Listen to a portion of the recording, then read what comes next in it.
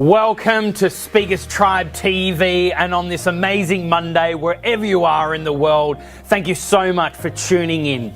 You know, here at Speakers TV, all we want to do is to really help you on this journey to be a recognized influencer, to upgrade your speaking skills. And that's exactly what we have in store for this episode. Guys, we are super excited about Speakers TV because not only are we bringing to you some of the best speakers, trainers to really help you to upgrade your skill set in speaking, but also we really want to help you on your journey. And wherever you are in the world, thank you so much for tuning in here on this amazing Monday. Why not start Monday with learning from the best in the world? Because that's exactly what we'll bring to you. And my encouragement to you, if you haven't already, make sure you join us on any of our social media, Speakers Institute, Speakers Tribe, Speakers TV. It's all on there. We cannot wait to hear how this episode has really helped you and impacted your life. To your success, welcome to episode Monday.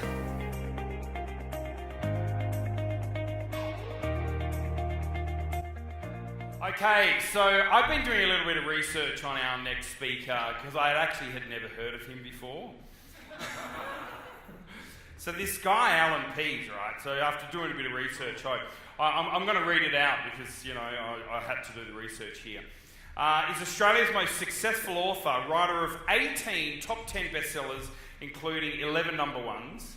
With co-author Barbara, their books are in 55 languages. Now get this, have sold over 30 million copies.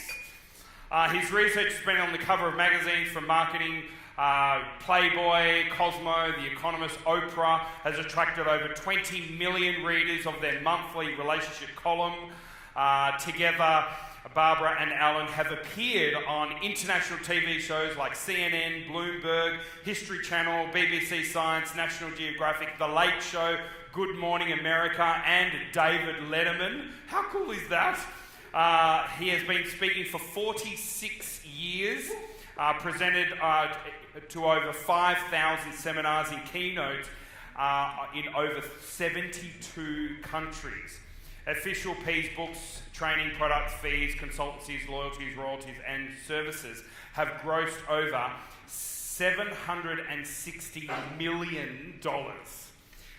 So many other awards here, as you can see here. So, ladies and gentlemen, please welcome husband to Barbara, parent of 6 children and grandfather of 8, lead guitarist and piano player for the rock band The Coasters, the very exhausted Allan Pease! That was really good. What do you think? Was that good? You like that? It's just the way I wrote it. That was absolutely spot on, Sam. So thank you. Good afternoon. Still good morning. How are you? Hold your right hand in front in handshaking position like this. Let's do a quick exercise just to see how you come across to people who meet you for the first time. I'm going to ask you to shake hands with someone sitting beside you. Pick anybody, shake hands as if you're meeting for the first time and keep pumping till I ask you to stop, and then we're going to freeze it. Do it now. Pick anybody and pump it. Come on, pump it, pump it, pump it. Keep it pumping. Freeze it, don't move, hold it, just lock everything. Do not move. Freeze it together. Now listen carefully. The person whose hand's most on top here saying, I'll be the boss for the rest of the day. So hands up and just go with. Okay, stop holding hands. I got some interesting questions when I was waiting outside before from some of you guys and from some of the staff. I said to the staff, which I do, whenever you go to a hotel or to a conference with a speaker, you go and talk to the staff who are serving and you say, what's the group like? Because they know. They'll get out the back and say, oh, you're a bunch of mongrels, they're good, they're. But they tell you, so what's this on the speaker? What are they like? And this woman said, friendly. They're really friendly. I think that's a good word. What do you reckon? I didn't realise how friendly till I went to the men's toilet just before. Now, being in the speaking business as long as I've been to so many places, there is nothing that has not happened to me. Good, bad, and every other way. I've been arrested 3 times, I've been beaten up by the police twice in the Middle East. So there's nothing that hasn't happened to me over this time. I'll share some of these things with you as we go on. I went out to the men's toilets before, ladies. There's 6 cubicles at the back, and there's nobody out there. I'm just making sure everything's in the right place. And the end cubicle had the door locked, and I could see some shoes under there. That's me and the shoes. I don't know whether it was one of your blokes, but it's me and the shoes. And it's dead quiet. So this voice came out of that toilet. The voice said, how are you? I got a question for the men. You're in a public toilet in a public place. A voice from behind you in the toilet just said in a very deep voice, "How are you?" So I was raise your hand if you were about to leave that toilet. Raise your hand. Well, I did what 22% of you blokes did. I didn't leave. I stood there and pretended I wasn't there. The voice dropped down and he said, "How are you?" I said, "Good." He said, "So what are you up to?" "What am I up to? I'm in a public toilet. What's this guy want?" He said, "You're free for lunch." I thought, "Okay, Mardi Gras was on last night. Hang on a second." This is what's going through my head. I said, "Look, at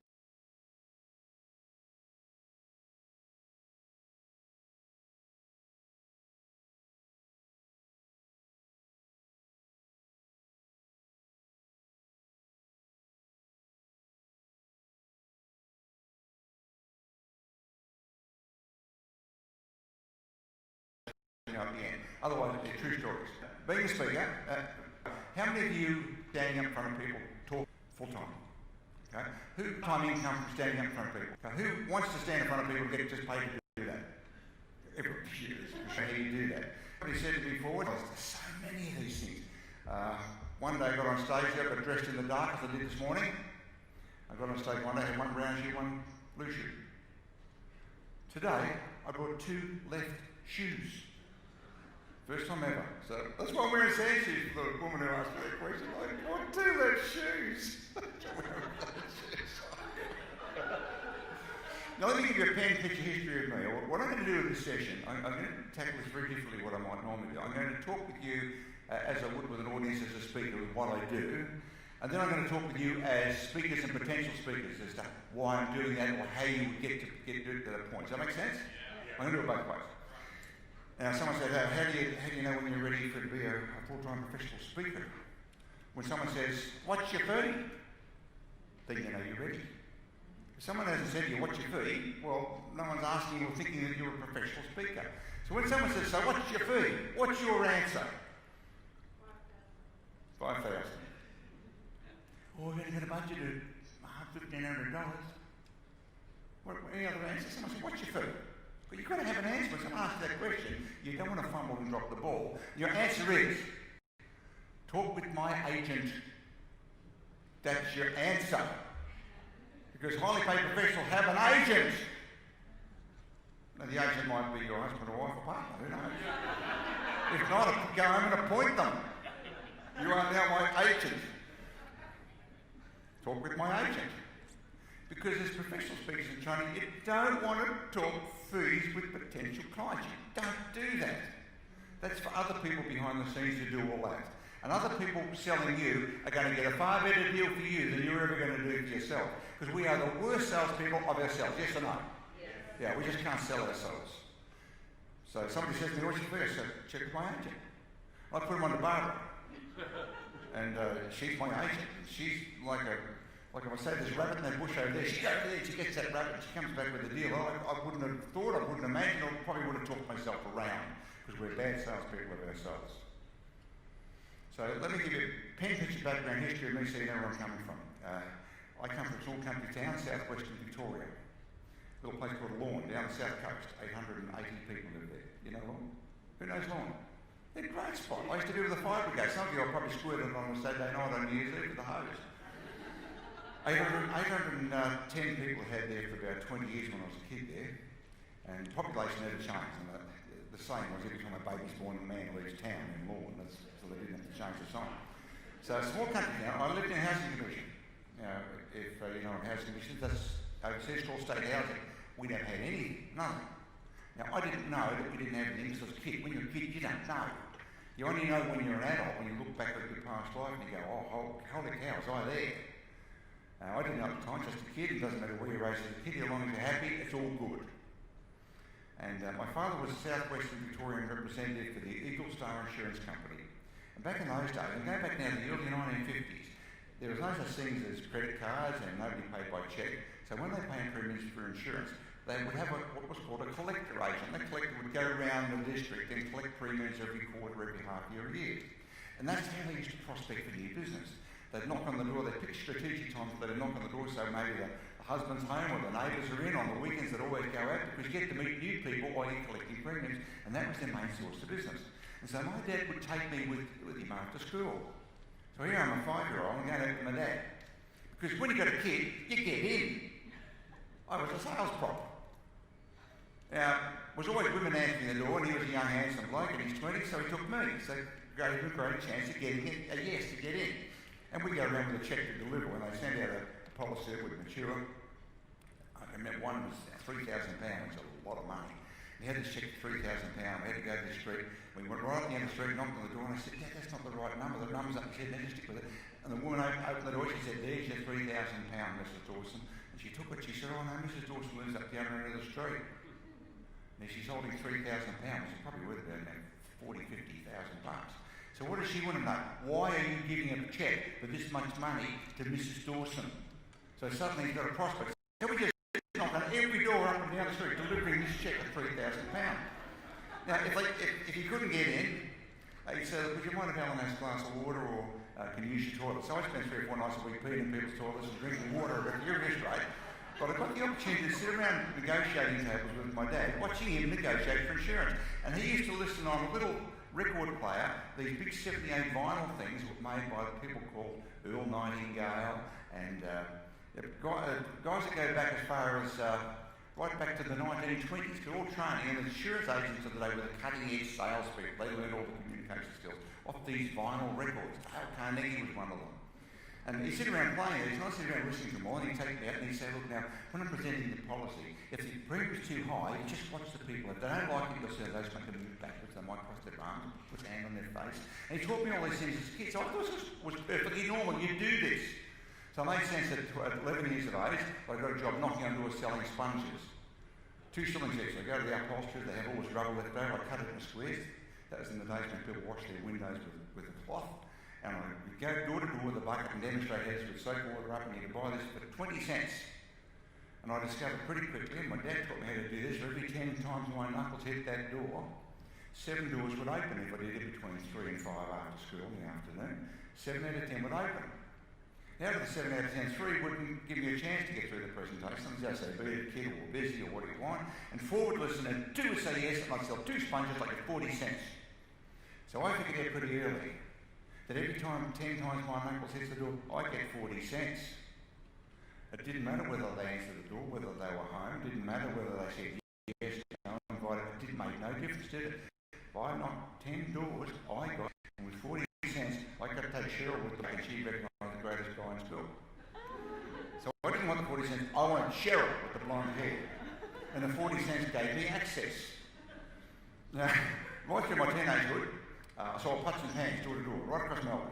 I moved to Melbourne as a kid, and I was the king of pots and pans in Australia, and making lots of money. It was terrific fun. Playing law of averages, numbers of averages, how many times you knock on the door, and how much you end up. And that's the bottom line with you too. It's the same thing. If people don't know you, you've got to knock doors. Someone says, drop dead, go away. No, we booked, no, never heard of you, and blah.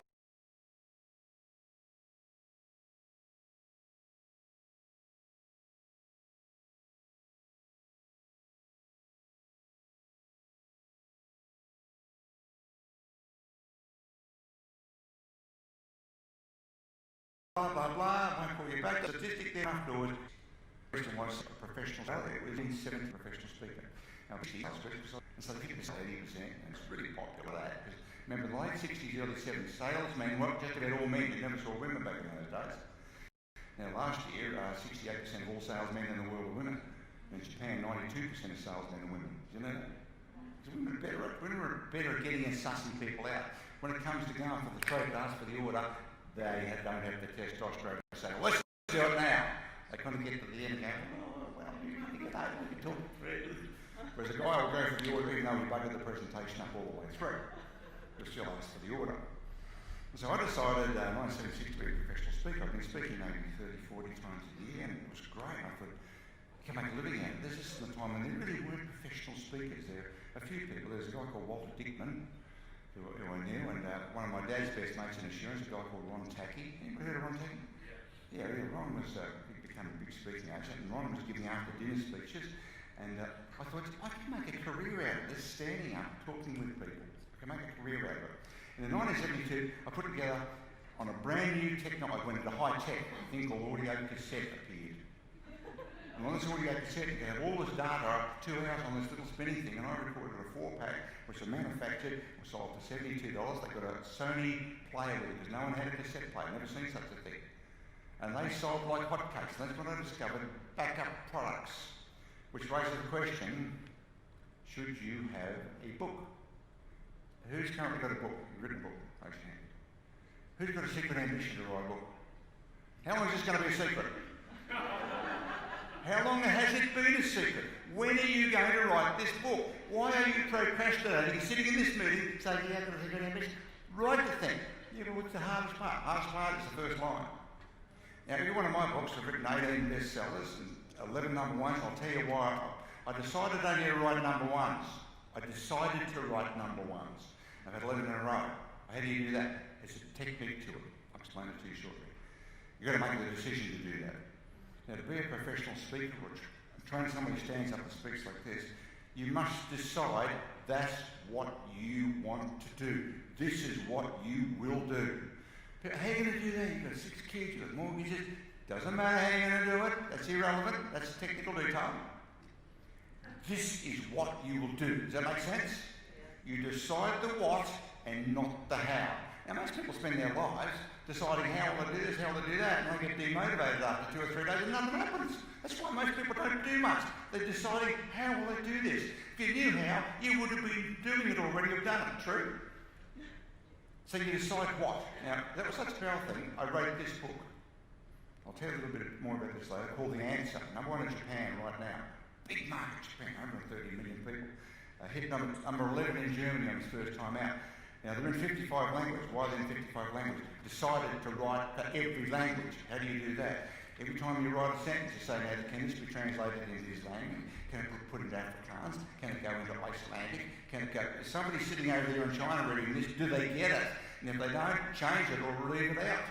So I only write something in every... Because money in books is horizontal, not vertical. If you can do horizontal and vertical, that's all the better.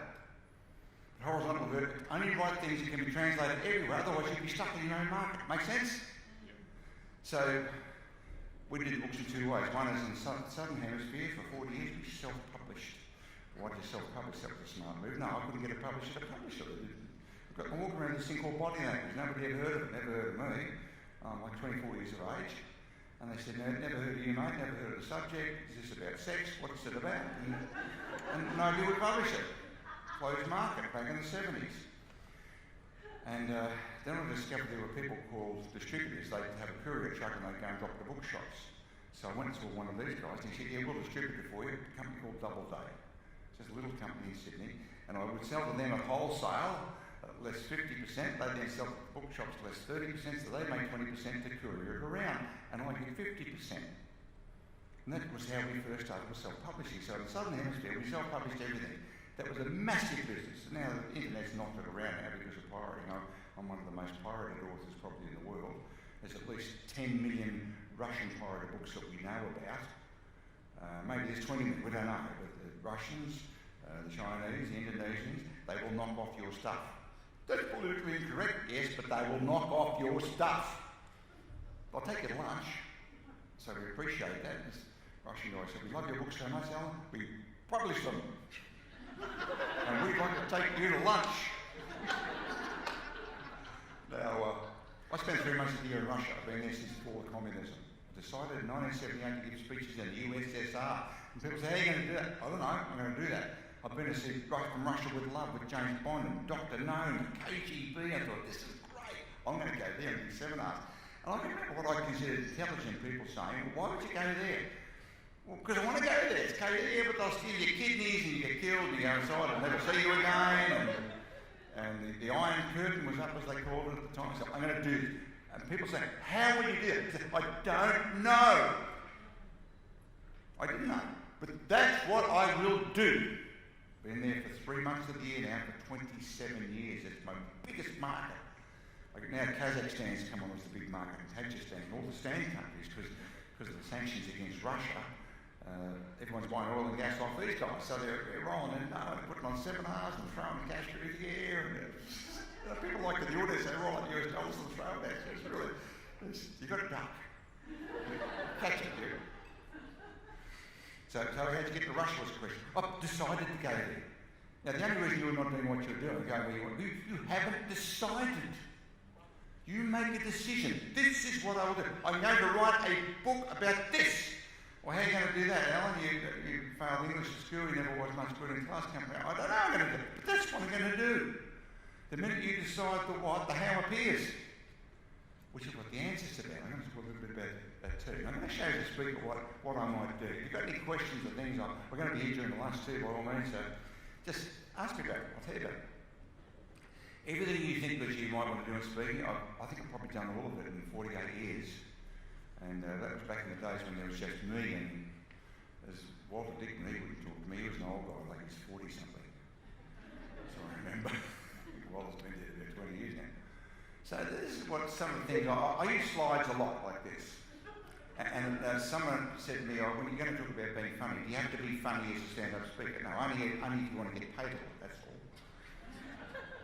But you don't have to be a funny person, because if you're not funny yourself, you can have funny stuff. So you've just got to put a slide up, and that's funny.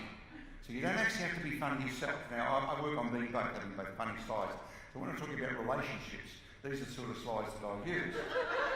And it doesn't matter, it wouldn't matter what nationality I'm showing this to, and I've got the slide in with translated in every language. Everybody laughs.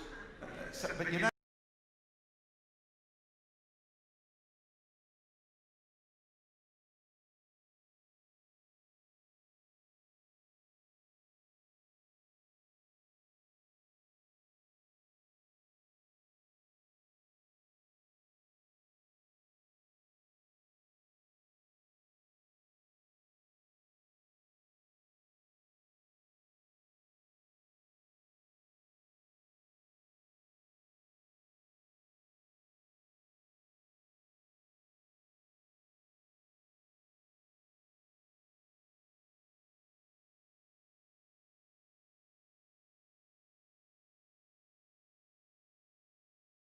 I said two. I was speaking and writing books. There's 3 rules. You abide by these. Rule number 1: do not wait to be discovered. Do not be discovered. You get in there and you rule number 2: yourself like hell. Like hell. If you do those things, everything else. These are the 3 big ones, but the answer's booming at the moment. That's new. Every 10 years I reinvent myself. New subject, new ideas, new markets, and go around the world. The book's good for 5 or 6 years if you're any good at it. Body language has been down 41 years. 41 years since that book came out. I've only rewritten it twice in that time, just updated it. And I mean, listen, actually, it's the biggest seller. We sold 13 million of that. That sold in 2 years. That was a fabulous book, as you can imagine. Yeah, go on, it's fine. I don't care to say that, but I'm going to tell you how that book was written.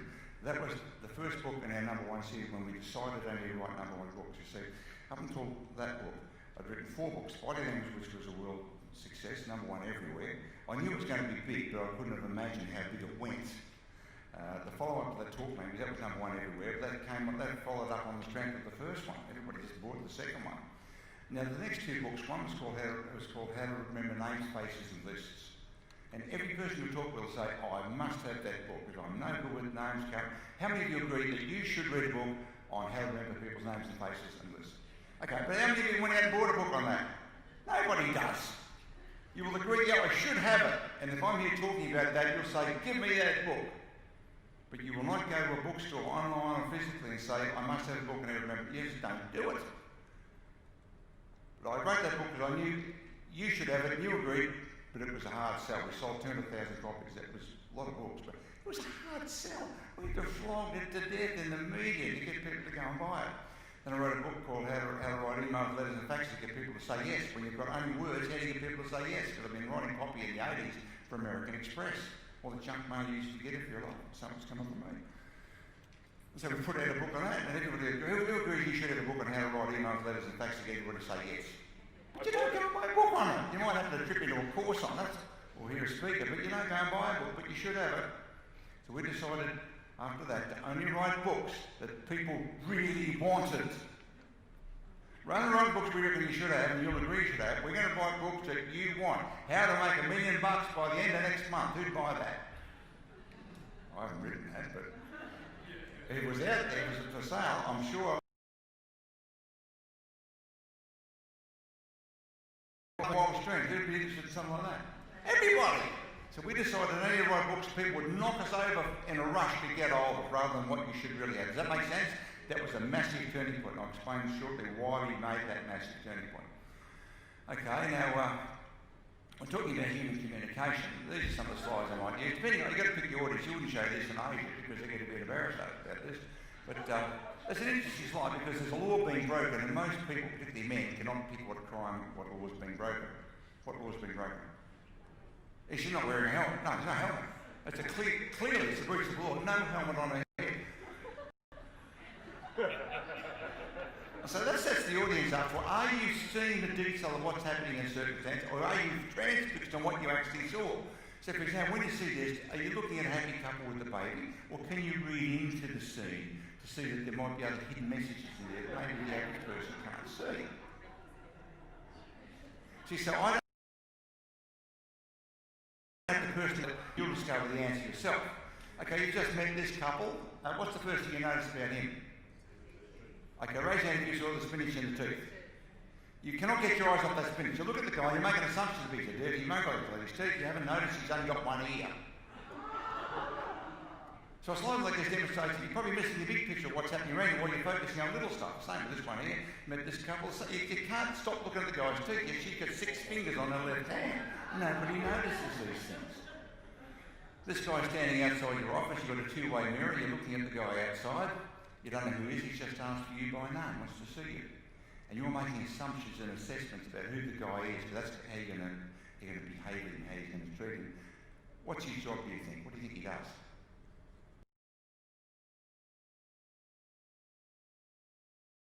Could be a model, probably from a capital city because he's wearing a suit and tie, probably more likely to be down Melbourne way because it's a grey one. And that's a Melbourne type suit, you wouldn't see that in Brisbane. He's definitely not from Cairns. Who would give him a fair hearing for a couple of minutes? Raise your hand. Yeah, okay, so you're happy with him. What if we change his appearance? Let's just put one thing, let's add a glove. What's his job? He's a hitman. He's a hitman. Yeah, he's a chauffeur. He's a chauffeur. He's going to drive you out the back and put one behind your ear. And so, the minute we put the glove on, you're making assumptions about what's this guy about. So when you're dealing with him, you're standing further back, you're giving him less eye contact, you're more sceptical of what he's saying, and you're more cautious about it. All we did was put a glove on him. Like, what emotion are you getting here?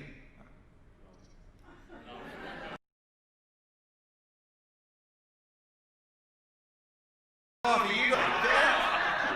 Glorious, that.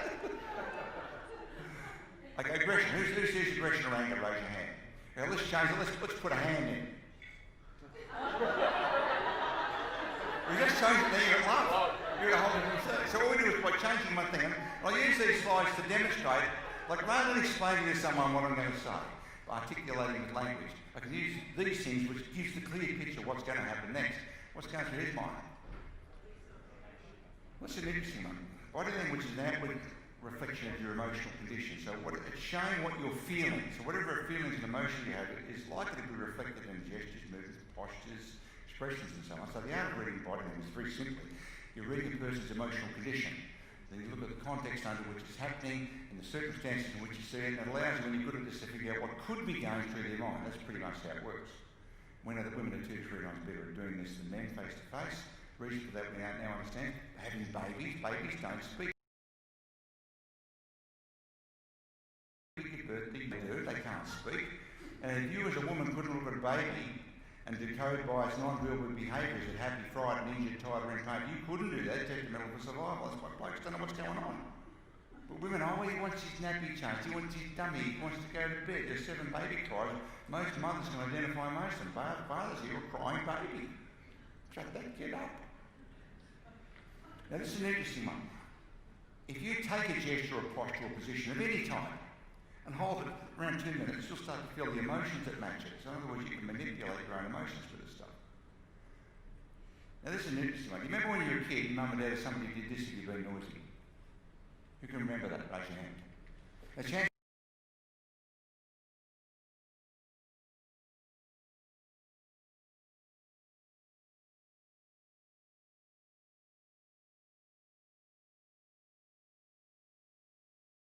if that was the thing, you might be using it during this table. So someone's giving you a go to agree.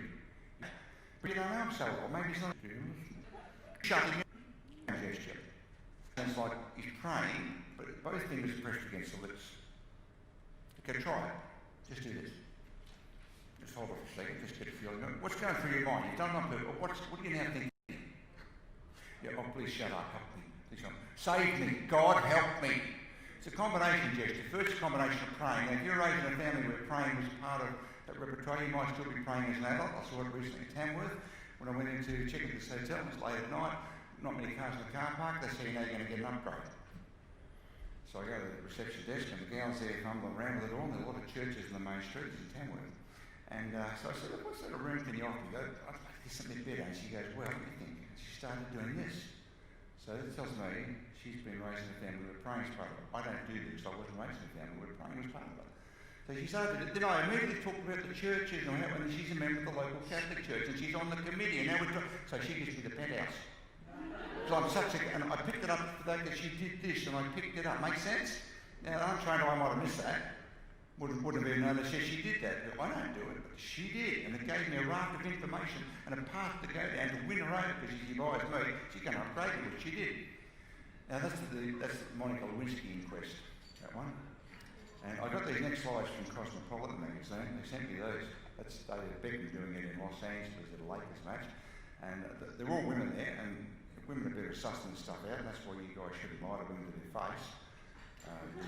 You ring them up and send an SMS, but don't front up. It's not very good.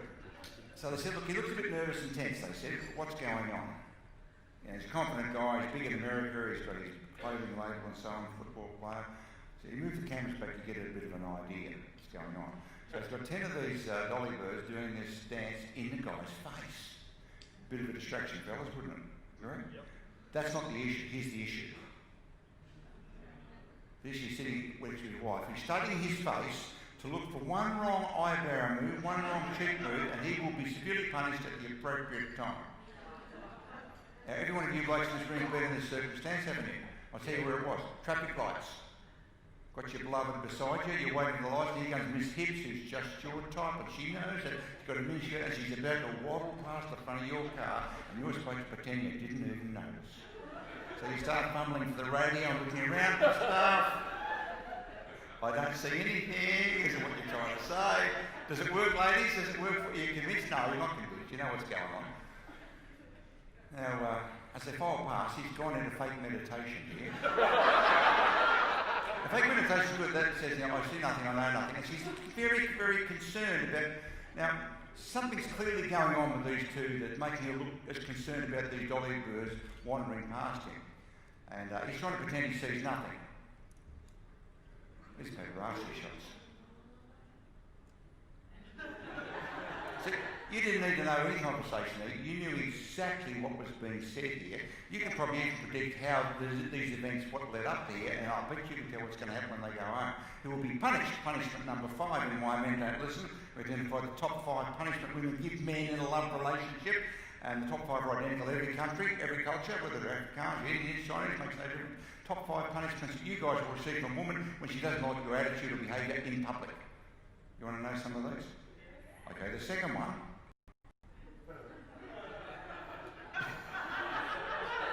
She sends you guys to sleep in another room. I don't like you, so get out there on that couch or in that spare room.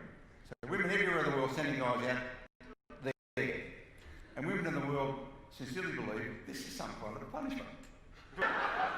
Fellas, you've been kicked down on the couch or in the spare room. Is this a punishment for you? No. No, it's like camping.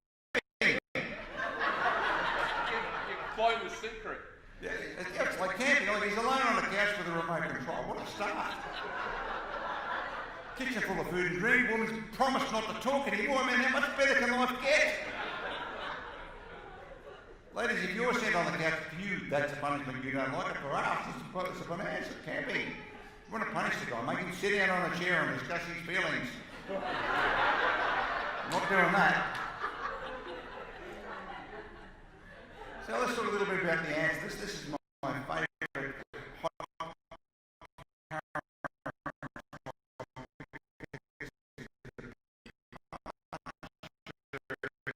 in many ways from what I've done in the past, but it's my fifth decade reinvention. And every 10 years I reinvent with a new topic under the same general umbrella. Most people I was given by American Reader's Digest. They did a couple, they call me Mr. Bodyland. So I got that one and I put it everywhere. So when somebody says that, they associate it with me. I become a specialist in that. Even though if I have to talk about body language again, I'm going to slash my wrists. I've been doing this since the 70s. However, the market loves it and that's what I do. Customer wants that, you give them what they want. Works. Big right there, about there's it. But a little golf ball size, think about that, looks about like it's round. It's made of neural tissues and fibres, nerve endings. It's called reticular formation. Now, medical science has known about this for about 50 years. They never quite understood what to do with it. And what I've done since the early 90s is taken science. I was one of the first to talk about MRI, how to apply to business. And I travelled around with one of the world's top geneticists talking about how this, Anne Moore, wrote a book called Brain Sex. And Anne showed how this applied medically. And I thought, hello, this is what I want for business. So I applied business to it and took that, and out came why men don't listen when we can't read maps.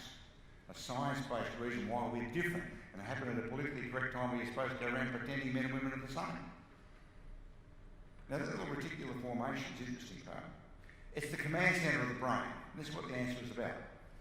So every experience you have, everything except smell doesn't enter through this, but everything you see, feel, taste, touch, goes through that command centre. So it picks it up in the command centre, then it distributes it to the brain as part of where it needs to go, like that. That's how it looks.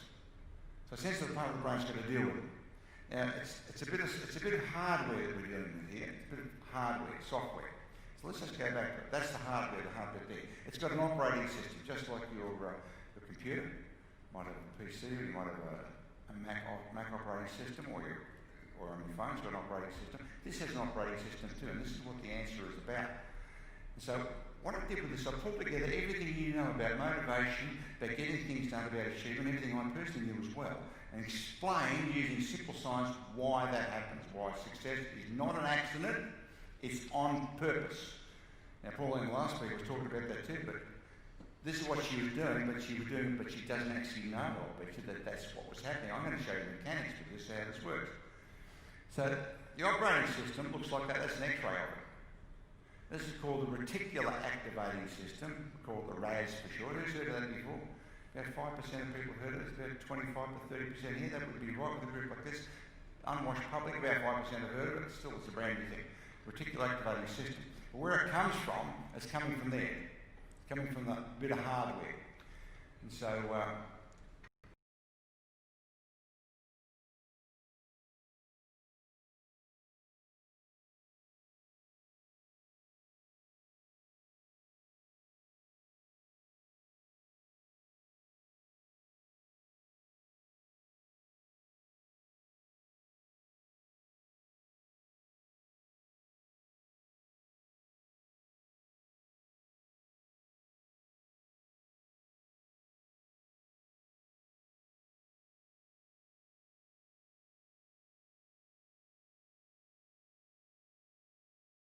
data for it.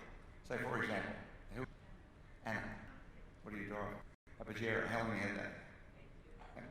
The minute Pajero or Pajeros out there parked beside you, see the people's garages, and it was from that hiring you out of you see Pajeros. You drive. Every week in Joker's got one. And more drivers driving it than before you. All that have your RAS and search for details about it. Once you decided what you wanted, which is a Pajero, that all you saw was Pajero. You open a newspaper, there's a sale on Pajero. You go to television, there's an ad on Pajeros. You look at a magazine, they're selling Pajeros, they're hiring Pajeros, there's off-road Pajeros. You cannot stop seeing Pajeros. Now, I drove all the way down here this morning from the Sunshine Coast early, and I never saw one.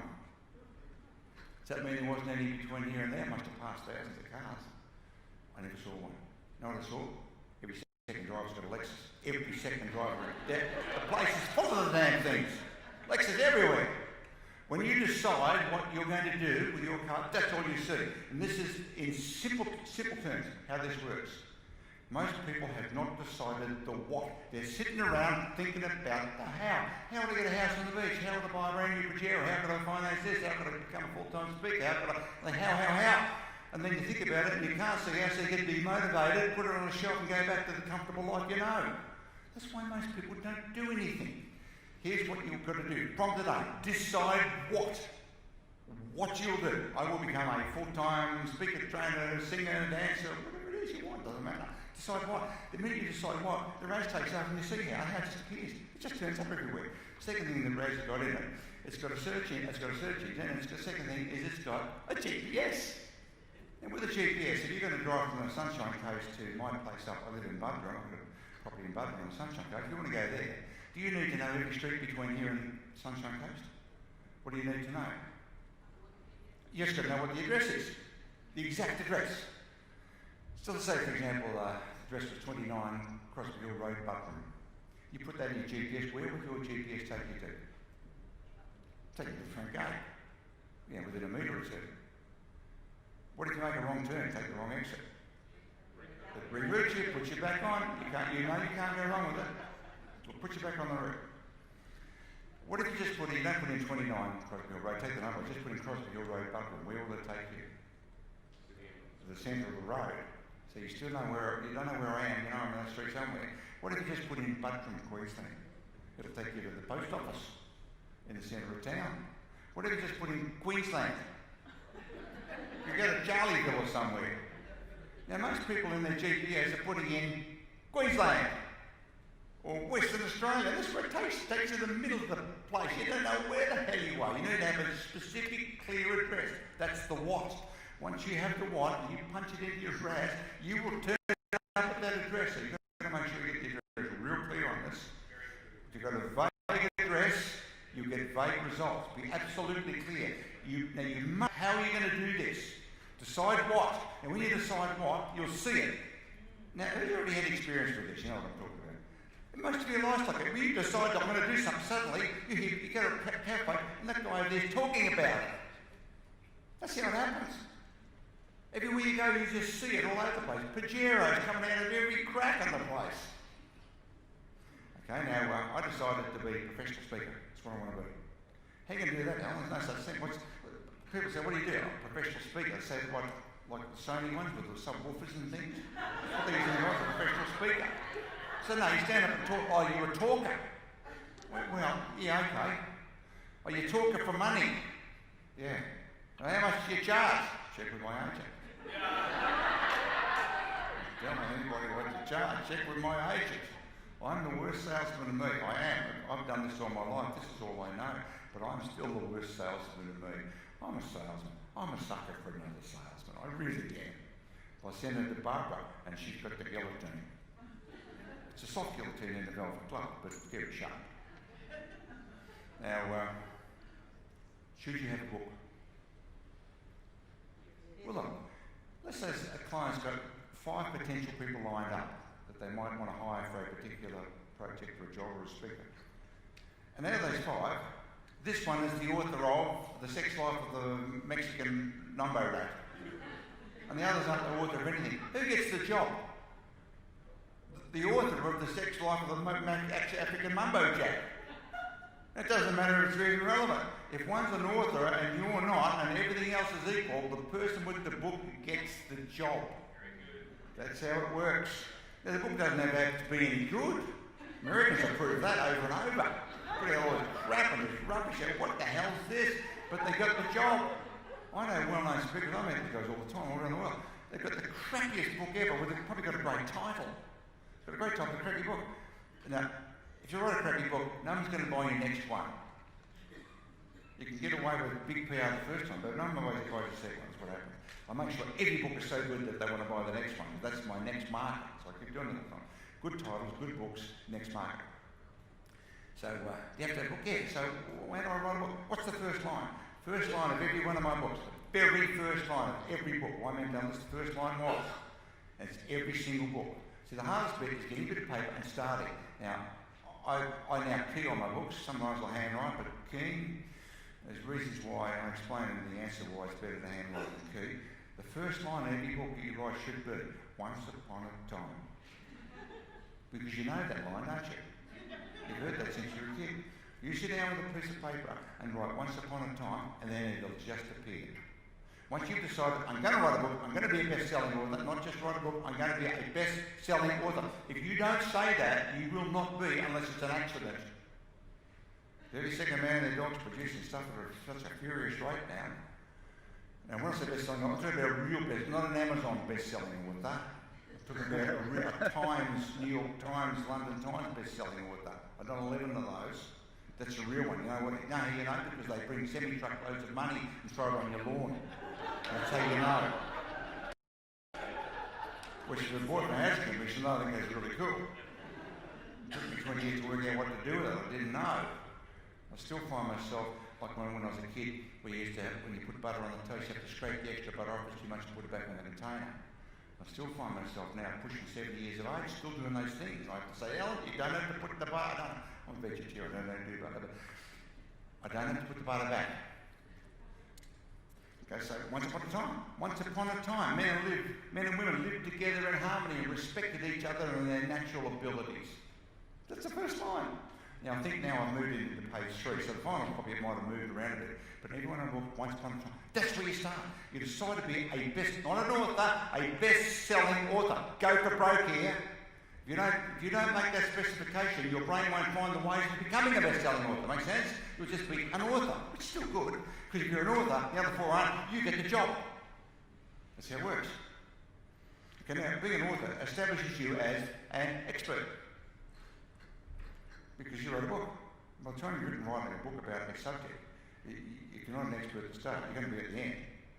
Because that forces you to become an authority on that. It's just like a journalist. Most journalists are experts on lots of subjects because they're forced to research information to find out about it.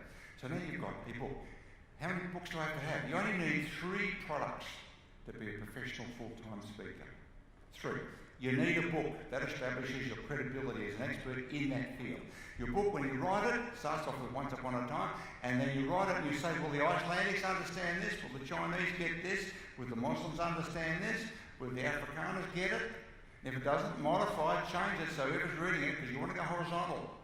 Because it's a good book, you'll sell it horizontal in 55 languages, I think 190 something countries, whatever it got, 100 countries. But it's good because Southern Hemisphere, we made lots of money on self-published books. We don't do that anymore. We gave that business up. The publishing industry is changed altogether. I don't want to be in it now. I'd rather play rock and roll for the coasters. That's what I do, lead a couple. I'd rather do that and be publishing. And in the Northern Hemisphere, we sold the rights. Now, on that subject, when you're selling the rights of your books, here's why most authors of music, I'm in the music business too, I run our own Halifax studios, and we do the voice. You know, we're one of the biggest recording studios. With these guys. And the reason it's important to understand how the publishing industry works, both with music and books, every book has a series of up to 7 rights. Softcover rights, big book quarter-size rights, hardback rights, little book rights, e-book rights, audio book rights, etc. And they're all separate contracts. They're all the same thing. When somebody signs you up for your book, they think you're a dummy, you wouldn't know. They sign you up for the whole lot, so you hand over because you're so excited to get published. No. Check with your agent. Don't do this. I've seen people who have bestsellers that have made tons of money for people and they never got a cent. I go on TV with best-selling authors around the world. Some have got the bloody arse out of their trousers. They've got no money. Authors don't make money. Who makes money? Publishers and distributors and retailers. Authors get this much. Not much. So the key is if you self-publish something, you get the whole lot. You get retail, you get publishers, distribution rights, you get printing rights, you get the author rights, you get everything. Now, if you're going to publish a book, put it in hardcover, not softcover. Cost you an extra $1 to put a hardcover on this. So a book like this, the answer sold for that. I sold this one, it's the first one I sold in Australia, the Harlequin, and they published, I think they published about 40,000, which in Australia is a lot of books. I thought it would have done better so far, but it's hard marketing, it's taken a living. Preaching in your own parish is very difficult. And whereas in Russia, I sell a million just like that, straight up, because I come in a plane with a briefcase because I'm an expert. Now, it costs $1 to put an extra hardcover on this. So instead of a book selling for, say, $25, the soft version of this is $29.95, $30. For an extra $1 on it, you'll sell that book for $40. For an extra $1. And if people like you when they hear it, they're going to buy what you've got. It doesn't matter what's got hard or soft, they want you. And if it's a business audience, they would prefer, if they're going to buy a book, to have a hardcover than a soft one. Because how many of you have got libraries full of hardbacks? You probably never read any of them. Come on, be honest. We've all done. I just had to clean out of mine. I got rid of boxes and boxes of stuff. Half of them signed by the authors because I met them at seminars all the time. Okay, so you've got your book, got a hardcover on it.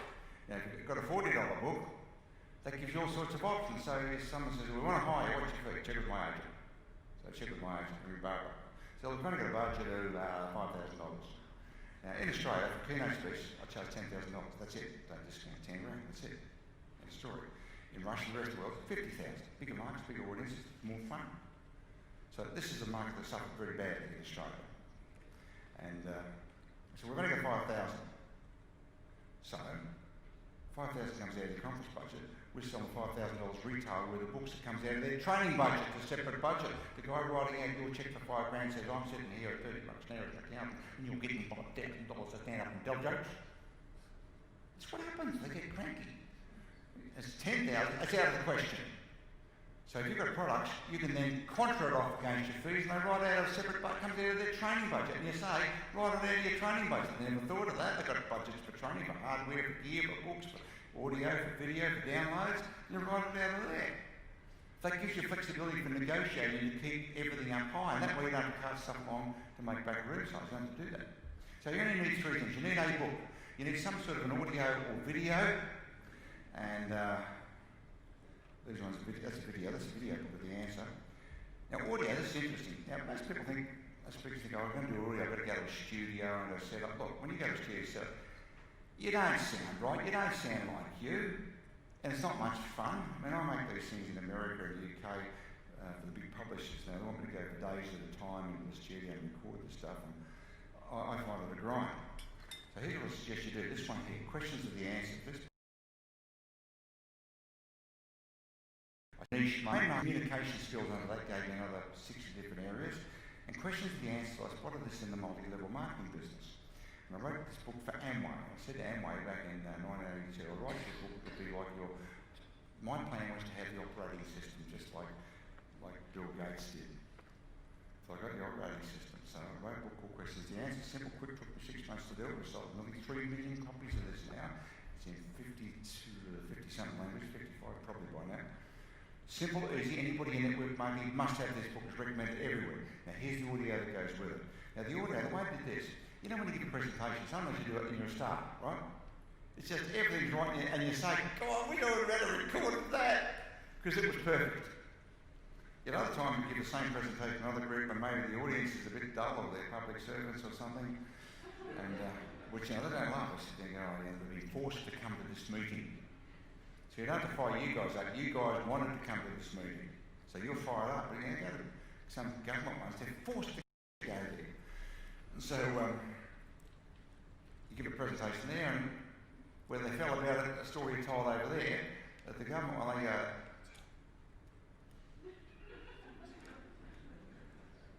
who understands what I'm talking about here? So record everything. Just get a little digital plan, just record everything. Now, normally when you come to a meeting like this, these guys up there, they've got a camera going there, they're recording. You go to these guys. Now, I do it in the contract. My contract says there'll be no video or audio recording of anything I do. Wasting your breath in Russia and China and Indonesia. It'll be on the internet by tonight at half the price. What happens there. But there are techniques dealing with that. The technique dealing is very simple. Whenever you publish any book, put it out. First page they should see when they go on is your advertising page. Hire Allan for the next seminar, get him as a speaker, do this. It's got to be right at the start. If it ever appears, normally comes at the back, no one reads that, put it in the front. So when they pirate it exactly the way it is. So I've got maybe 10, 20 million Russian books. The first page they open is see Allan hiring. I get 3 months of the year seminar business. I've pirated $2 cheap stolen books They keep bringing these little books along and I keep signing them, they're yellow and falling apart. I'm going to a place, they're paying me 50 grand. I come off a $2 book. So you're going to put it at the start. So in places like Russia or China, I go along and say, look, we've got to get enough audience. How much it cost me to do this? 50 grand. Oh, it's too expensive. So I said, look, here look at this. CDs, DVDs, which we've made, these sell for $49, $50 a piece. And sell, and you'll make it. I'll show them this percentage and sell it. Okay, we'll make 70 grand. So we're paying this idiot 50, we're making 70. In fact, I'll give you a second one. Go and publish it. Because they're going to do it anyway. Doesn't matter what you say, they're going to steal your stuff. Get that clear. Your stuff will be stolen if it's any good. And you want it stolen. Provided, because look, if I printed 1 million brochures a month in Russia to distribute, what would that cost me to do that? I couldn't do it, so they flog stuff. They go, here's your lunch. And I've got 1 million pieces a month going out there, and I'm hired by everywhere. It's unreal. And I spend my time with Putin off $2 books. Now, this question the answer. This is a combination of 4 seminars. 4 sessions I did at the same session, and I probably had about, maybe I recorded about 10 or 12 of these. And so you go through and you pick out the parts, the best part in each one of these, and you join them together with little fades between them. So there is your full talk, which we fades in and out, but the final one is an absolute cracker. It lays people in the aisles, and something you probably could really deliver anyway, unless the timing and the audience was right. And that's what this is. It's 4 different seminars. I said at the start, it's 4 different seminars pieced together. And this thing sold, we reckon, about 500,000 copies just of this, because of what it is. And it didn't cost me anything for free. I didn't have to go to a studio. Now, my contract says you can't record anything, but here they're recording it for archives. Yeah, right. Come on, pull this one, Zara. So you say to the audio guys, the video guys, we say to the guys who are running, you say, look, okay, you can record it for your archive purposes. They want to keep it for people who didn't turn up using companies. You know, they know not to go and duplicate it, not in Western countries at least. Anyway, in Europe they won't do that. Japan certainly don't, but other places they just steal a lot. That's what happens. That's what they steal stuff. But you want it stolen. As long as you know it's being stolen, you can help them steal it. And they send a truckload of money around putting it in front. Terrific stuff. And so you say, look, I'd like a master copy. And these guys have no problem. That means they've got to plug your machine into their gear, you get a video copy of that, and you've got everything you've ever done. You go to pick the eyes out, you make products out of that that are live, and each one has the highlights of the best of you. The best of you. Make sense? That way you put out just great stuff. And people, it's good you're selling yourself again, so they want more. If they like it the first time, they want more. Okay, now, how are we going so far? Okay? Yeah, okay. So someone calls, this is the question, I'll walk you through this. Now, I don't use notes, but I'm going to show what this is. I've never talked about this stuff before. So someone's called, 1/3 of my business comes off agents worldwide. I'll do about 70 meetings this year. I've been in 73 countries. I'll do 20 countries a year on average. With the answer this year, that's going to ramp up dramatically, particularly Japan's gone crazy. So Japan will be a big part of the market. Russia is coming back online. They're becoming good again. The sanctions have failed. Thanks to sanctions, Russia didn't work. They tried to starve them out, but they just resourced everything and they starved out all the supplies. So Australians don't sell beef there anymore, and the French don't sell their cheese and wine. The Russians are buying it off the Chileans and off the South Americans and off the Chinese. They're buying everywhere else. They've resourced it all. So the economy's going well over there. And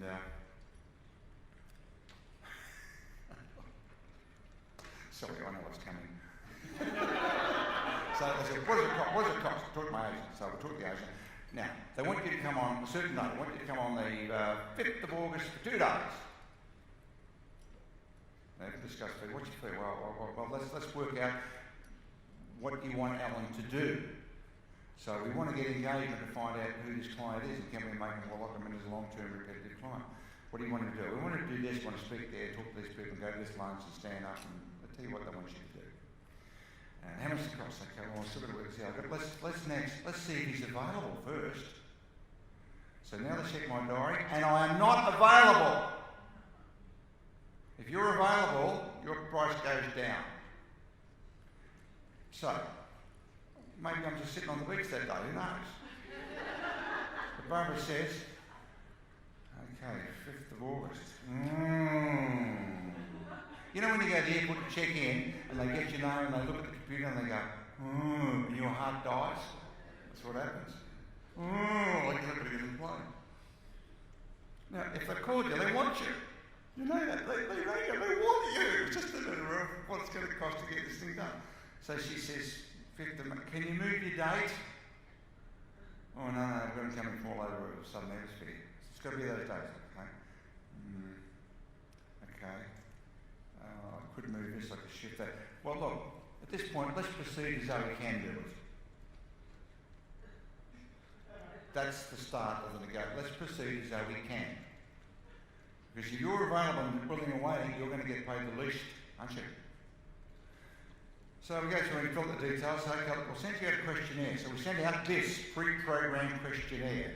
It's for every possible thing there is to know about their client, what they want to know. It's all the stuff that you'd probably be bored senseless. About 1 out of 3 clients fill it in completely, 1 out of 3 don't fill it in at all, the rest of it is sketchily. And it says things like, what's the point of the conference? What's the point of the meeting? What's the specific purpose there? Who will be the key people? What would you want Allan to achieve? What's the mixture of motivation, entertainment, nuts and bolts? Now, why am I asking all this? I practice all this and put it in my presentation. So another question here says, who's on before Allan and what's on after? Why do I want to know that? Who's on before? They go, well, Anthony Robbins is on before. Well, I ain't going. Anthony Robbins is on before. Michael Grinder's on before you. I'm not following Michael Grinder. No. Put him on last. He's going on last. I'm going on third. I'm going to capture the whole room. He can struggle. Because you don't want a pro speaker on before you. You want the chief executive on the economic reports. What you want. You'll only be up from there when you get on. What do I want to know what's on after? Well, I want coffee break or tea break. Why? Product sales. Product sales. You don't want to have just a gap between you and the speaker.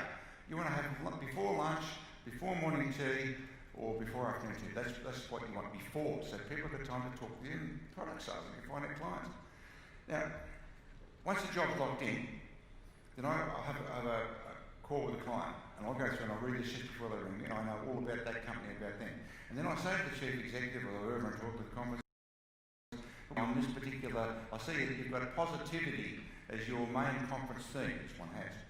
How did you choose that? Oh, because there's been a few negatives when we've merged with another company and it's all going backwards and blah, blah, blah, blah, blah. And then whatever this person says, if they're the person paying the bill or in charge, this guy here said, an old cliche, he thought he was rich, he said, if it is to be, it's up to me. He said, that's my approach. He said, people buy you first. They buy everything. So I write all these things down. So when I get up and I'm speaking, what do you reckon I'm dropping in there? You know, people buy you first. They're going to buy what goes with you. They don't buy your own. And the chief executive saying, this guy's a bloody genius. So you ask the decision makers who put the conference on, what do they believe? And you write it down with inverted commas. So I know they said it. And then I practice those lines at the back before I go up, and I just drop them in as I go along. And the chief executives think this person is a genius. Because all the speaker really does is get up and repeat what the chief executive told them anyway, but you're someone new with a briefcase, so you're an expert. And a lot of them say, God, I can remember when I line insurance brokers, they remember, that was me, Terry Packer and Tony Gregg, for those who remember that. We ran that business. It was huge. And I can remember bringing along a speaker, I bring my speakers along to give the mother and speaker, say, I want you to say this, and I'd write lines for them to say, they get it and they say it. And my agent, my salesman would say, did you hear what he said? That was amazing, wasn't it? I said, yeah, you can't believe it. Somebody say that. Because if you say it, well, you said it, but someone comes in and says the same thing, it's genius. And so that allows me to lock in exactly what people... So when I'm saying something that people want to hear. There's another interesting form too. Probably haven't thought of this. This is a punchline sheet of every funny joke line categorised that I could possibly say on stage, the main ones anyway. So when I go to a seminar, I write down what I think I might use. At the end of it, I cross out what I didn't use and I tick what I did. So if I go back next month, next year, 3 years now, I know exactly every line I said was funny. People don't mind you repeating what the material was, but they don't like you saying the same joke. Is that true? They don't want to hear the same joke. So I know with every client, every joke I ever told them, every funny line, so it's written down. I always said, my attitude of humour is not worth the paper it's written on. So this is every possible line, like I say, every story I can say, every open, every closer, how to deal with hecklers. Lines for hecklers, you've got to practice them before you've got to... I do a lot, I love it because I've got heckler lines here. So they started throwing stuff up and I throw lines back and they're always clapping and cheering and it's terrific. Otherwise you might, if you're up there with nothing to say, you might feel like you're being shot down. You know, there's prawns thrown at me and roping me, I'm throwing seafood. This guy threw a seafood, I said, is that just for starters? And the audience fell about and they started throwing crayfish tails. Oh, it was great. That's a true story. It was a brain tumor. All you could eat and drink, they were pissed out of their heads by the time I got on. And they were blotto, absolutely blotto. Now, how to become an expert? Well, if you've got a blog or a video blog, well, you can just start writing it and become a self-appointed expert. Become a real expert, you need to go on television, you need to go to magazines and newspapers, hard stuff, because it's got credibility, expert credibility attached to it. How do you do that? Bring them up! And you say to them, I'm an expert on this subject. You write for the Sydney Morning Herald every Sunday, a column that's all about this. Here's a demonstration of what I might do and might say, blah, blah, blah, blah, blah, blah, and you send it to them. And they'll put it in their log, you might get picked up straight away, but somewhere along the way they're going to say, oh, we need someone to write a column quick. Oh, here's one here. Pauline's written this. Okay, Pauline, could you write this? And then you're up and running. And you don't get paid for that stuff. I did earlier in the piece, but these days you don't. What's that one saying? I can't see it. Up to time, I'm going to wrap up. So you don't want to go after getting paid because the PR value of that is huge. And that's how I got on television shows. A television show, you write the segment, you write the questions, you write the answers, you tell them you will be entertaining, you will be funny, and it will be relevant, and you send it to them. So when someone falls out, which happens all the time, the ring say, I did one outside the hotel this morning, 20 minutes on 2UE in Sydney. And that was on 7 types of clean freaks. What do I know about clean freaks? Nothing. They send me all the details. I go through and practice it. And I'm an expert on clean freaks. And at the end, I'm talking about seminars and selling books, selling tapes, selling weekends. Let's wrap up. First thing you need to do to decide to be a professionally paid speaker, trainer, whatever it is you want to do, you must decide that's what you're going to do. Now, if you don't decide that's what you're going to do, you'll just sort of bumble along and hope something breaks, and it normally doesn't. Just make a decision, you're going to do that. Make a decision, you're going to write a book, not just a book, a best-selling book. Then your brain will start looking for lists, and then it'll work out how to get onto lists. And Amazon's, most authors on Amazon, I've been number one on how many times, because I'm a really well-known writer. But you can do it if you get your timing right and you're organised right, and gets number one on everything, because you have a million buy this, and they all do it, and it goes number one, based on volume. If you decide to be a best on it, you'll see how to do it. You only need 3 products. If you've got 3 products, you can put together a package. And the package is, if you will make available this book, you get this book free, and if you buy it today, we'll give you one of those for free. These packages free. That's all you need. I've got hundreds of products, so I have cut them down. But you only need 3. You only need 3 to give you flexibility to negotiate fees, to get in there and do it. Now, if you're going to talk about books and success, books and videos and so on, do it at the start. That's what I did, show it at the start. Don't surprise people at the end. Do it at the start. I'm going to talk to you today about these books and the research I did into this book and why it's relevant. This guy wrote this book and that's why it's relevant. And at the end you go through and you say, well today, here's the special deal we're going to do. We're going to get a video and the DVD. These 2 here, so for $100, for $90, you have the answers to everything you want to know, right on these 2. And if you do it today, I'll throw an extra. I'll give you a copy for absolutely for granted of the answer. My number 1 bestseller is book. And there's more. I'll throw in a copy of One Minute List because I know you want blah, blah, blah, blah. I'll throw in a copy of that. Which is what I'll do. I'll throw all those in as freebies. And I'll give you a download of the joke sheet and the client form how to negotiate on the phone with these guys. So I think you're a genius. So for $99 you get the whole lot. I've actually only sold 2 CDs. But because I self-produce this, I can do it and there's enough market in it for you to get a big discount, to want to do it, and for me to make a profit. Make sense? Yeah. How do you do it? You decide. You're going to decide you will be a professionally paid speaker of whatever form it is. And that's it. Decide you'll be a best-selling author. Decide you'll be an expert and you will see the answers. And just, how are you going to do that? I don't know. Doesn't matter. Just decide. I look forward to seeing it myself.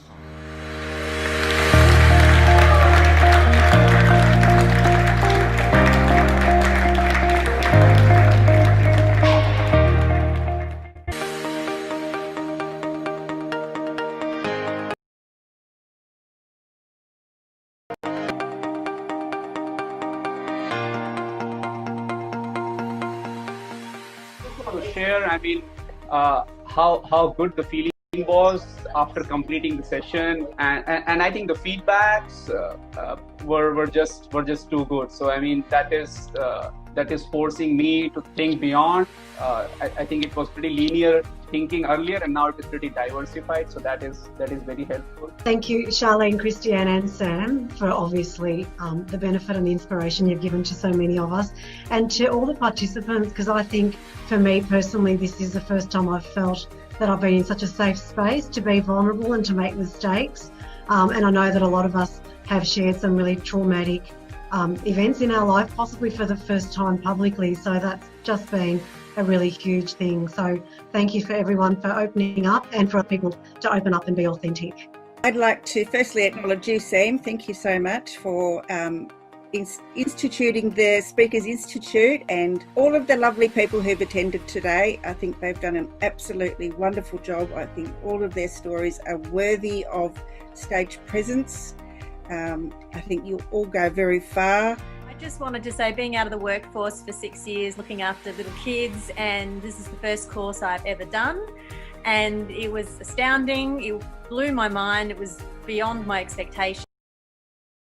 And feedback today, that was brilliant, and it's given me the confidence to back myself, because I didn't have that before, because you know, when you leave for a while and you come back, it's all a bit dodgy. So thank you.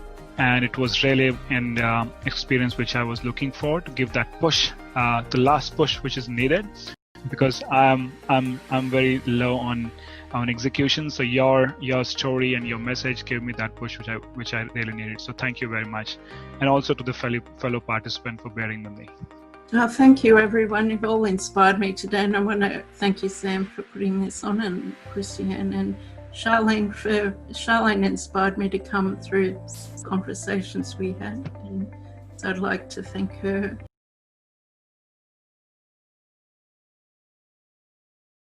Particular one, and thanks. My name is Sam. A long time ago, I was one of the proteges.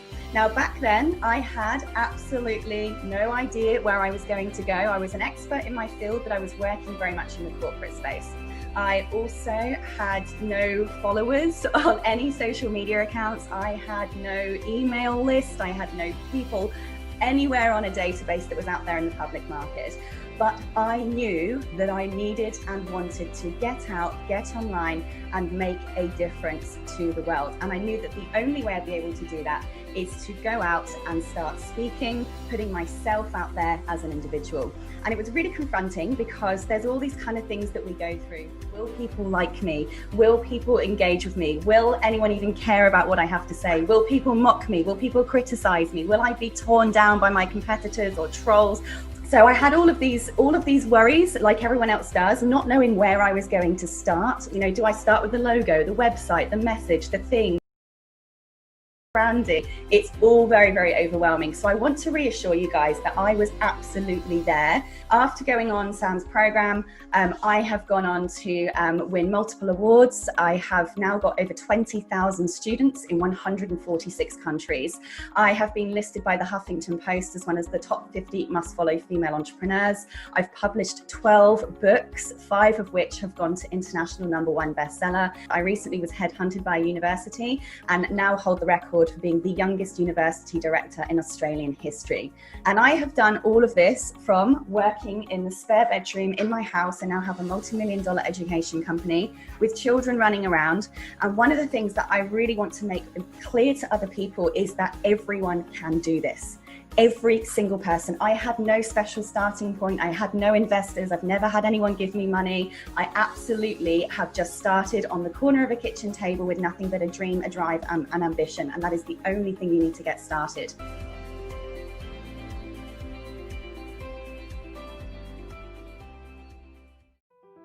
Sam Cawthorne here, CEO and founder of Speakers Institute. If you give me 60 seconds of your time, I'll show you how to set up an webinar of thousands and then teach you how to package your IP so they buy your programs online using what we call influence on video. What this means is you talk to camera, share your value, and then stack your offerings and create urgency in a way that makes it so irresistible that they click the button and purchase your high ticket sale. Talk with any of our clients globally and I promise you will not find anyone that does what we do. All you have to do is to create an online event, share your ideas, and then stack your offerings just like this. And here's the big secret. Everyone is online right now searching for people just like you to help them learn things that you already know.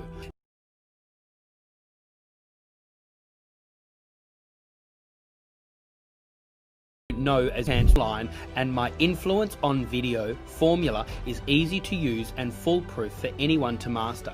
Just recently, I did a 1.5 hour video online to only 40 people, and at the end, 10 of them bought my $4,000 product, all by one click of the button. It was seamless. So if you want me to show you how to influence on video, stack your offerings that make it irresistible, learn my exact script so you can come across authentic and real, and create urgency so then they buy immediately, then click on the link below and join my free masterclass. This is the Celebrity Authority Show. Please welcome your host, Sam Cawthorne. Hey. Sorry, we do need to start again. Sorry. How do you pronounce your last name? Teakle. Teakle. I thought that was right. I just needed to make sure. No, I do all right. apologise. All right, let's do it again. This is the Celebrity Authority Show. Please welcome your host, Sam Cawthorne. Hey, so excited to see you again and really excited about our guest that we have here in the studio. We have Roz Teakle. Roz, thank you so much for joining us here today. Thank you, Sam. I'm a real pleasure to be here today with you. So, Roz, you are a thought leader in health and well-being, specifically on the holistic you, really topical topic at the moment in the world. Tell us a little bit more about what exactly does the holistic you mean? Holistic you is about the mind, body and spirit connection, is about the whole of your whole body. So it's covering the whole wellness of your whole system in your body. So it's really more so rather than just getting to the symptoms of any disease, it's getting to the core values of the illnesses and treating those rather than just the symptoms and disease. Yeah, and Roz, I'm really curious to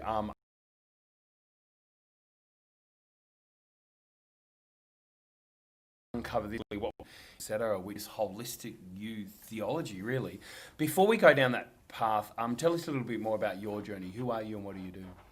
I actually was born and bred up on a farm, so I had a real passion for animals. Is that here in Australia? In Australia, yeah, in the country, actually out near Dalby. Is that here in New South Wales? Queensland. Queensland. I'm okay. Queensland born and bred. Queenslander. Yes, there's not many. Go the Maroons. Yes, so I had a real passion for animals at that stage. So with that area, I've one daughter, 3 brothers, and so it's sort of like out in the farm. And having a group of just animals, and so I had a real passion to help with animals, and so that grew into having a passion for helping people.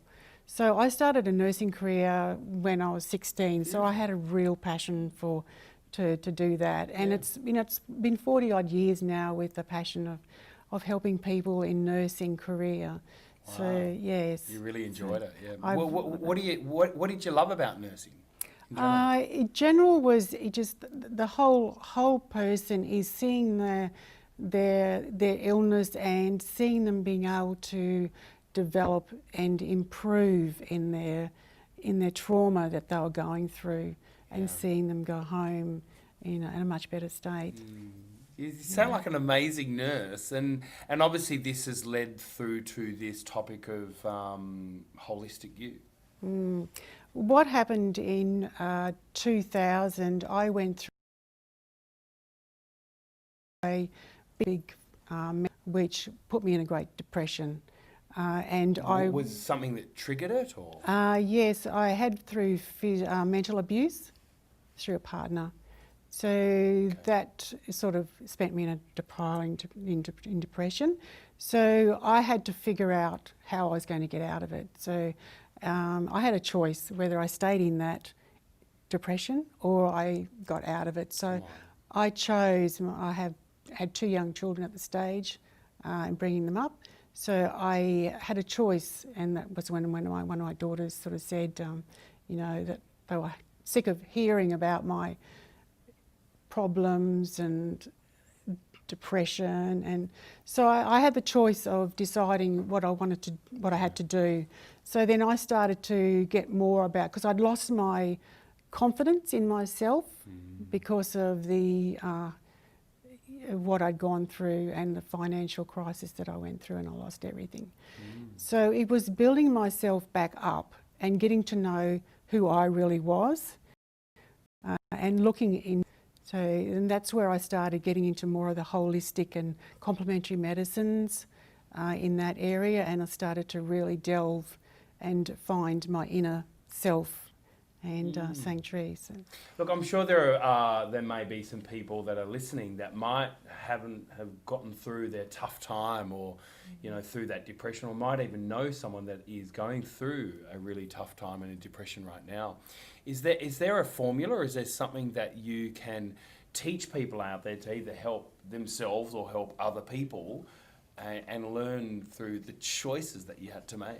Yes, certainly I do. I do have ways of being able to help others, is getting to their thoughts and emotions and feelings, and really digging deep in that, and getting to the core of where they are and up. Is it as simple as just simply shifting your focus from being negative to positive? Is that what your daughter did when she said, "Hey, Mum, I'm sick and tired of you always talking negative, start talking positive"? Was it as simple as that, or? No, I actually started to do a lot of study. I studied energy psychology. I started working in energy psychology. I've done Reiki, genome healing, emotional freedom technique, emotional freedom technique with matrix, matrix rebirthing, and massage. And so I've really... So you educated yourself and informed yourself more, yeah? Yes, more on the education side, and getting to really know other avenues and tools that I could use for myself. And from that is... So at first you were just studying just for you? Yes. Just so you can help yourself? Yes. Yeah, great. And ultimately the nurse inside of you said, "I've learned something now, let's go and help someone else." Is that right? Yes, and I just feel that what I have learned, I can be able to help others in that area. And what's one thing that you love? Let's say have a look at one of your ideal clients that you do work with. What's one thing you love, seeing them go from that depressed state to now to this happy, positive, utilising this holistic you principles that you do? Is that right? Yes. It's amazing the difference between where they were in this depression to being able to see and grow and watch them grow. It is amazing. It's a real feat to be able to see someone who's gone from that depth of depression to having a better health and wellness. So what's next for you then, Roz? Are you looking at writing some books or doing some speaking? Tell us a little bit more about what's next for you in this year. Yes, I really have a passion to get out there and speak to people the futuristic of holistic you, and getting out there and educating people of how they can improve in their life and well-being. If you could educate us right now in how we could improve our life and our well-being today, is there like a one or two things that we could do right now in our life that could really improve our new you? Yes, one you could sort of look at aspects of your stress levels. Right. And how to look at those stress levels, and more looking about your thoughts, feelings and emotions Great. of where they are, and looking more of ways of dealing with those, like meditation, just being in the now rather than in the future. And it's Great, that's really cool. Roz, what do you do for yourself to recharge your energy so you can continue to, help other people? Because obviously you're always giving all the time. What do you do to give to yourself? I love Latin dancing. Do you really? Yes. Tell us a little bit more about Latin dancing. What do you do? This is a weekly thing, or? Well, I actually did it 6 nights a week. 6 nights a week. And what do you do? Like I was doing a lot of lessons. I did medals, gradually increased and did my medals with the different levels. So... What does that give you, that Latin dancing, when there's the sassiness that comes out in you? What does it do for you? Oh, it's exhilarating. It's you lose yourself in the dancing, and you just don't need to worry about anything else. It's like meditation. It's you're in the now, because it's something that it's a passion that I love, and I really enjoy it. So wow. I don't do 6 nights a week now because I'm too busy doing other things. Wow, so there you heard it, guys. If you want to get through your tough stuff, you do Latin dancing. Fantastic. Hey, Roz, thank you so much for joining us here on the Celebrity Authority Show. However, look, just before you go, we have a challenge that we like giving all of our guests. And the challenge is called the 10 Questions in 60-Second Challenge. Mm-hmm. So, Roz Teakle, do you accept the challenge? I do. All right. Yes. Roz, your time starts now. Favourite colour? Red. Of course it's red. Favourite food? All healthy foods. All healthy foods. Greens. Greens, yeah, just really. Favourite celebrity? Louise Hay. Oh, yeah, she's amazing. Really inspiring, isn't she? Favourite actor? Leonardo DiCaprio. Oh, yeah, he's a great one. And actually, in a moment, I'm going to ask you your favourite movie. Maybe it's one of his. Favourite professional speaker first? Sam Cawthorn, of course. Favourite book? Think and Grow Rich. Oh, yeah, great one. Yeah, it's the Bible for personal development. Star Wars. Star Wars. Yeah. Oh, wow. Have you seen the latest one? No, I haven't. Yeah, it's really good. Solid. Favourite city? Paris. Oh, beautiful city. Favourite drink? I don't drink, but lemon, lime and bitters I drink. Yeah, very good. Favourite pizza topping? Supreme. Supreme pizza all the way, yeah? And Roz, if you could be an animal, which animal would you be? An owl. An owl? Why an owl? Because they're wise. That's and it. they flutter over, yes, and they're very specific. Very good. Thank you so much for joining us here on the Celebrity Authority Show. A bit afraid of speaking before a strange crowd. Learn more body language, expressions, and all that goes around along with speaking in public. I believe that the world is interconnected, that there's no dichotomy. Everything is never mutually exclusive. It's a challenge, the challenge behind it, and to actually discover yourself in the end through all these challenges, you'll be a stronger, more powerful person. Darren, one thing about you, with this brand new fresh idea that you have, you go out there, you do the research, etc., and now your next chapter is to be the influencer. And you're on a journey, and you're an exciting journey. I believe in you, Darren. Surround yourself with the right proximity, and you will find yourself over the next 3 to 5 years be the influencer in your space, and you will see a global presence of people flocking to you and your product and your service. It's going to be very exciting.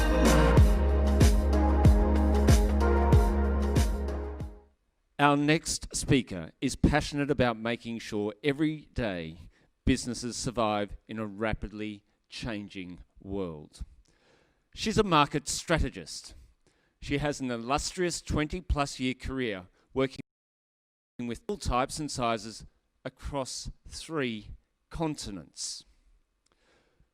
Her firm belief is that the customers hold the key to finding ideas, and data science is like having the winning lotto numbers to launching them successfully. Would you give a big warm welcome to the stage, Linda Ginger? Imagine if you were sitting here at Speakers Tribe Conference 10 years ago. Some of you would have been using a video cam to capture the excitement.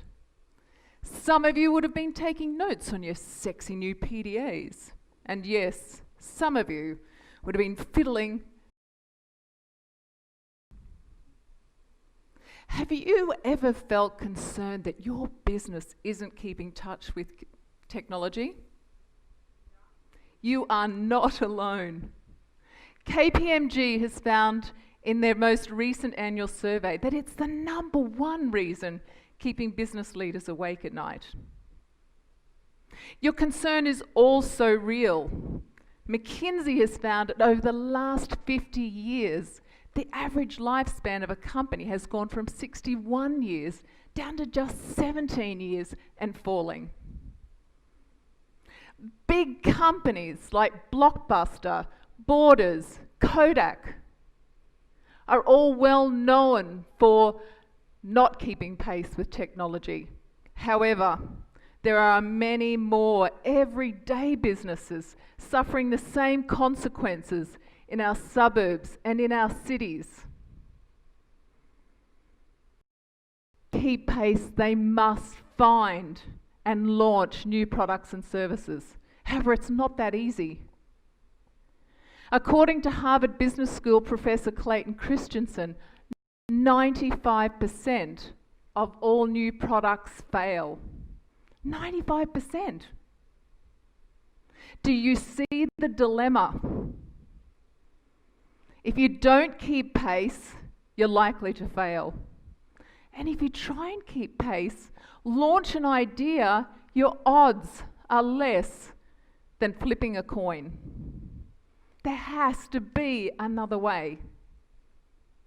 Jeff Bezos has built the most successful business that the world has ever witnessed on this one idea of being absolutely, obsessively customer-centric, from idea inception to launch and beyond. His approach was once challenged, saying, "It seems backward."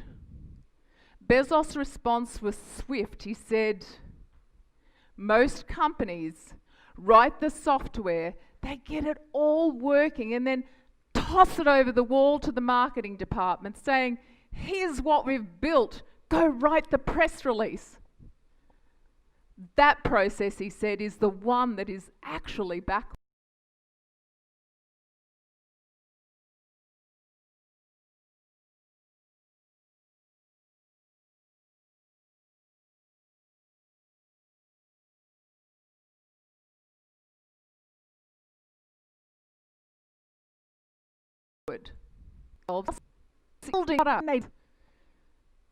And they wait, and they wait, and it flops. It is a massive failure. Now, it's bad enough if you're a big business, but if you're a little business, a small business, committed everything you've got, time, money, maybe even funds from family and friends, you can't afford to fail. And for businesses that know that ideas start with the customer, use traditional methods, focus groups, surveys, one-on-one interviews. But I've found that there are these traditional methods, there's 2 failings. One is time. It takes too long. And in the times of rapid pace of change, you don't have time as a business. Second is accuracy.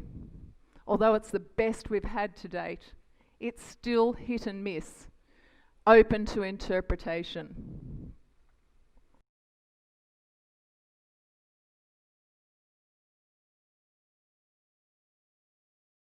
Many years I've helped across 3 continents and and although I'm proud of the things that I've done, there is one business that made me urgently want to find a new way, a faster, more accurate way. The business was a professional services firm.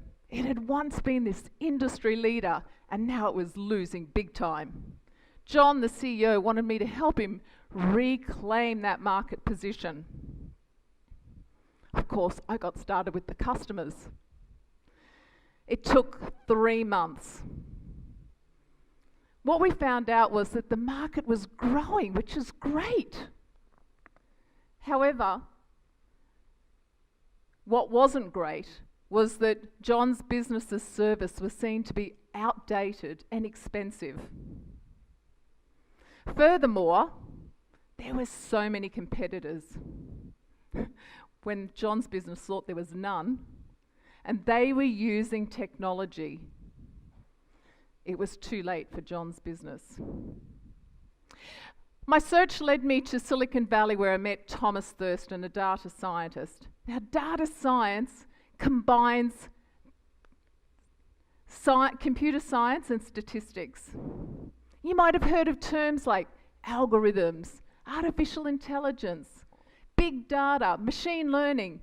This is data science.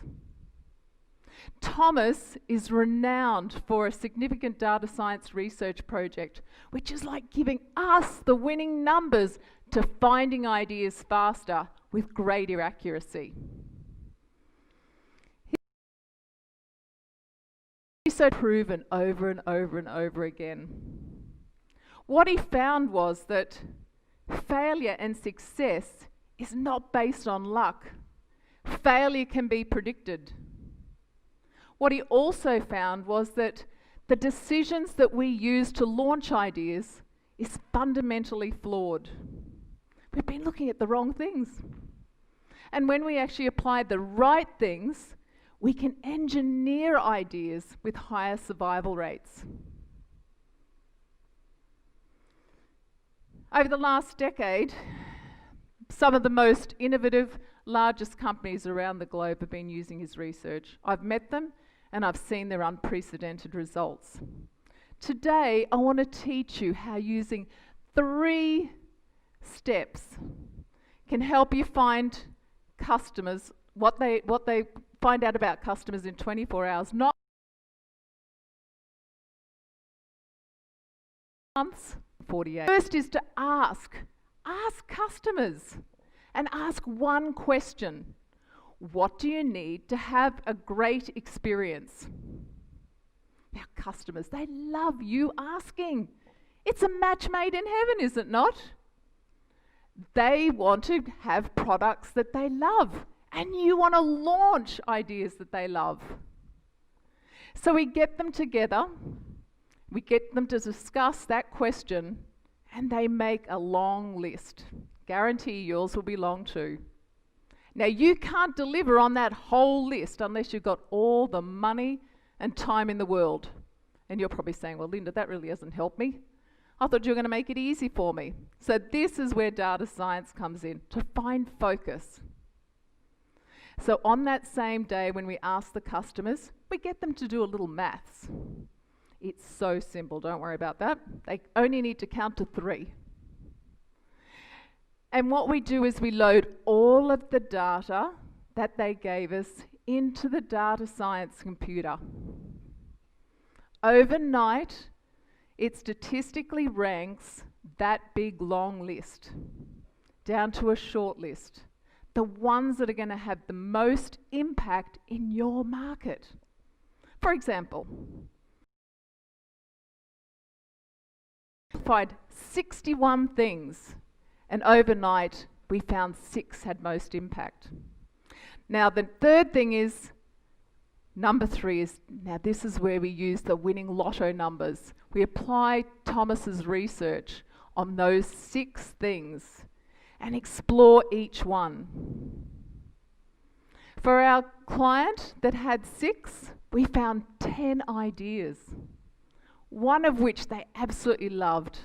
They wrote a business case, found a technology partner, it's been launched, and that amazing company that was being disrupted is now back on track. My absolute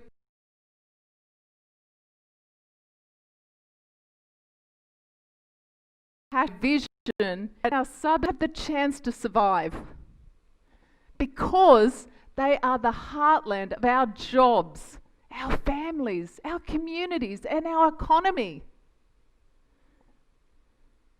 Today, more than ever, we need to find and launch new ideas faster than our competitors. So join me. Keep pace with change. Don't be a statistic, use statistics. And say, I have decided to start with the customer. It only takes 24 hours.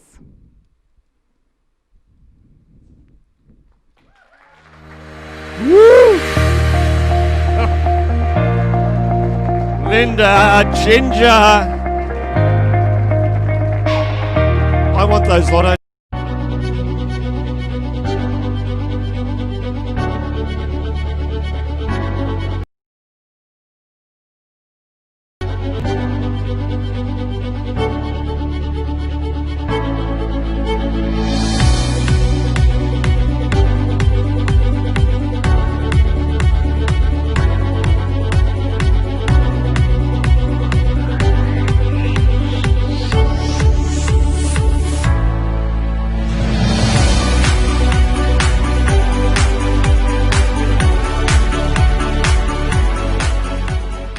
Stories are the most powerful way to win people's attention.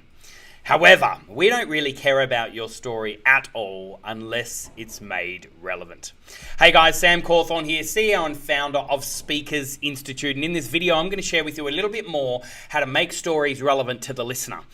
It's really interesting because I've actually been sharing my story now for over 15 years on stages all around the world, in 40 countries, even shared the stage with President Bill Clinton, Dalai Lama, Richard Branson, even Michael Jordan.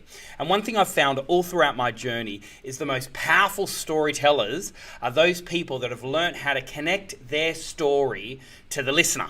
However, I feel it's no longer about just telling a story, it's also about showing how the story is relevant to the listener. It's actually based on one of my latest books, which is called Story Showing, How to Stand Out from the Storytellers, even launched by the world's largest business book publishing house, which is called Wiley.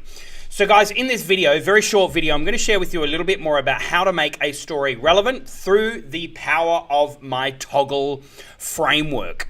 So guys, again, we don't care about your story at all unless it's made relevant. So how we make a story relevant is first of all by sharing a story, then telling us what did you learn in that story? What is the content that you learned? Like, what did you learn in that experience? Yeah. So first of all, share with us a story, share with us a journey or an experience, but then tell us, what did you learn? What did you catch in that experience? But then the last element here is show. Show us why it's relevant to us. You know, show the WIFM. What is WIFM? WIFM is what's in it for me. And one thing I found is that across the board, the greatest people that can make their story relevant to anyone is by then toggling their story, yeah? By then, first of all, sharing a story or sharing a journey or sharing an experience, yeah? And then telling us, what did they learn in what did you learn in that environment? Tell us the content, like tell us something teachable that you learned in that experience, but then you have to and you must show us why it is relevant to us being the listener. This is one of the most powerful ways to actually win people's attention through our toggle framework. And as you can see here, here's some examples of some actual sentences that you can use, yeah, under each one of these. So ultimately under story, there was this one time when, or there was this one time, you know, or a few years ago, or I remember, and then tell us the content. This is where I learned. Also, today I want to teach you how to, or the biggest lesson for me was, was. And then the with them, have you ever felt this? Or hands up, this is, or do you remember that time then that also happened to you? Guys, this toggle framework is one of the most powerful ways, as I was saying, to engage people through the power of a story. And ultimately, we then can learn how to evoke emotion into the listener, thus influence them in a powerful way. I truly, truly believe that if you really want to be an influencer in the world, if you want to make a difference, you must be in the business of emotion. Because ultimately with AI, machine learning, they will always now trump human beings on data, research, evidence. However, the bottom line is that as human beings, we are emotional creatures. So when we learn how to share an everyday journey, an everyday story into a powerful edge-of-the-seat thriller, if we learn how to evoke emotion into the listener, we'll be able to influence anyone at all. And guys, if you're interested, why don't you check out some stuff that we do here at Speakers Institute, because ultimately the best way to learn this is by you getting feedback from us and then ultimately work on that feedback, then come back and present in front of us. And every single one of our programs is all based on feedback. Hey guys, I'm really looking forward to seeing you make more of a difference in the world and utilizing the power of story through our toggle framework. And don't forget, the best is yet to come.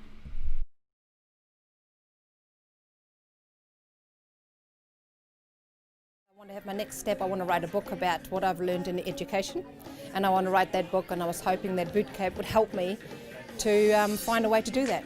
I'm here today to talk to you guys about self-control. Now, before I do that, I want to ask you a question, but I just want you to think about it first, right? When's the last time you met a child, a 2-year-old, a 3-year-old, a 4-year-old, and you observed their behavior, and you thought, oh my goodness, this child needs help. One thing I love about you, particularly with this new book that you're coming out as well, is that you are a misfit. You don't fit into the normal type of person. A whole host of different ideas, a whole lot of confidence in how to talk into a camera, and some really key strategies that will help me write that book.